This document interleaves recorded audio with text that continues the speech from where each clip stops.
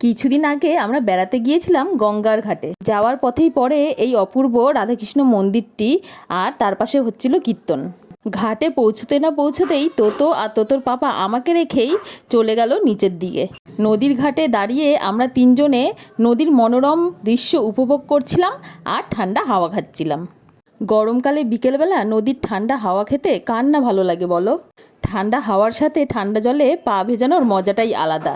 সেই চান্সটা তোতো আর মিস করলো না। ঘাটের ওপর দিকে ছিল একটা বসার জায়গা, তাই আমরা তিনজনে ওপরেই চলে আসলাম। আর ওপর থেকে নদীর ভিউটা দেখো, জাস্ট ওয়াও। শুধু আমরা না, সেই ঘাটে অনেকজনই বেড়াতে এসেছিল। তারপর হয়ে গেল বাড়ি ফেরার সময়। ফেরার পথে রাস্তায় পড়েছিল অর্ধনারীশ্বর এই মন্দিরটি। মন্দিরের পাশেই ছিল একটা মাঠ। ফেরার পথে নিয়ে নিলাম অনেক রকমের আইসক্রিম, আর আইসক্রিম খেতে খেতেই আমরা চলে আসলাম বাড়িতে। আজকের দিনের বড় ব্লগটি দেওয়া আছে চ্যানেলে, যারা যারা দেখোনি যাও গিয়ে দেখে আসো, আর চ্যানেলটিকে অবশ্যই সাবস্ক্রাইব করে দিও। দেখা হবে নেক্সট ব্লগে, বাই।